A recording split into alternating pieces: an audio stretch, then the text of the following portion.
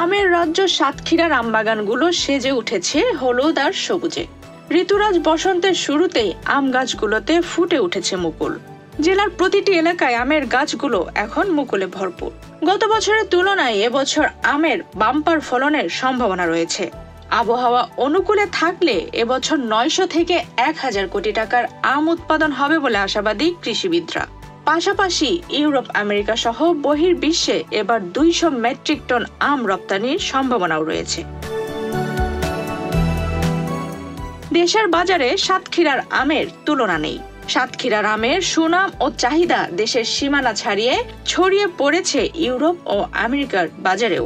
গত বছরের তুলনায় এবছর আম উৎপাদনের সম্ভাবনাও বেশি, তাই তো খুশি আম চাষিরাও। গত বছর এই বাগানে কিন্তু আমি সেই পরিমাণে ফলন পাইনি, কেননা ব্যাকটেরিয়াজনিত কারণে সাতক্ষীরার অনেক আম বাগানের আমের মুকুল নষ্ট হয়ে গেছিল। সেই তুলনায় এবছর আমের মুকুল অনেক ভালো।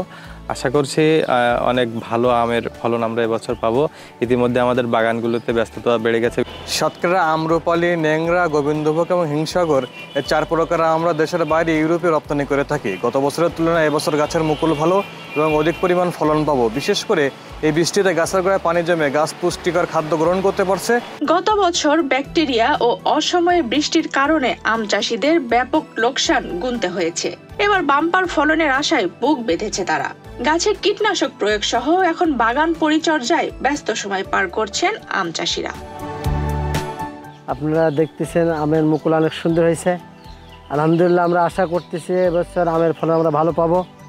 তো আমরা এই আম বাগানকে পরিচর্যা করার জন্য গোড়ায় কীটনাশক ব্যবহার করা হয়েছে। পরিচর্যা করে আমরা ব্যস্ত আছি। ফেব্রুয়ারির শেষ দিকে জেলায় বৃষ্টির কারণে এবারের আম উৎপাদনে বাম্পার ফলনের আশা করছেন কৃষিবিদরা।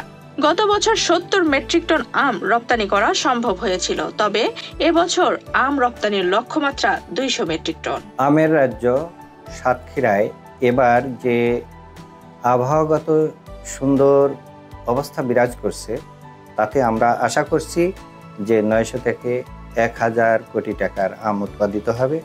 60,000 মেট্রিক টন আম উৎপাদিত হবে বলে আমাদের লক্ষ্যমাত্রা ধরা হয়েছে। জমির পরিমাণ 4135 হেক্টর। এই আমটি দেশের সবচাইতে প্রথমে হারভেস্ট করা যায় বলে কৃষকগণ এর যে আর্থিক মূল্য বেশি পেয়ে থাকেন। অপরদিকে এটি বিদেশেও খুব সমাদৃত।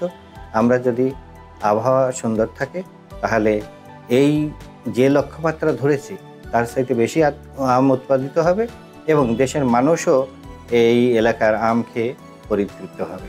এবছর সাতক্ষীরায় 4135 হেক্টর জমিতে আম চাষ করা হয়েছে, যা গত বছরের তুলনায় অনেকটাই বেশি। উৎপাদনের লক্ষ্যমাত্রা 60,000 মেট্রিক টন। আবহাওয়া যদি এমনই অনুকূলে থাকে তাহলে আম রপ্তানির যে লক্ষ্যমাত্রা ধরা হয়েছে তা ছাড়িয়ে যাবে বলে জানান কৃষিবিদ মোহাম্মদ সাইফুল ইসলাম। আমরা আশা করছি এই লক্ষ্যমাত্রা আমাদের পূরণ করতে সক্ষম হব।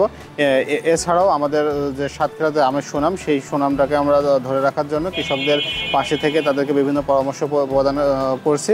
আমরা আশা করছি যে সাতক্ষীরার আম চাষিরা বাংলাদেশ শুধু নয়, বিশ্বের মানুষকে আবারও স্বাস্থ্যসম্মত এবং নিরাপদ আম খাওয়াতে সক্ষম হবে। সাতক্ষীরায় উৎপাদিত আমের মধ্যে হিমসাগর, ল্যাংড়া, গোবিন্দভোগ, আম্রপালি, মল্লিকা, সিঁদুররাঙা, ফজলি, কাঁচা মিঠাই ও বোম্বাই উল্লেখযোগ্য।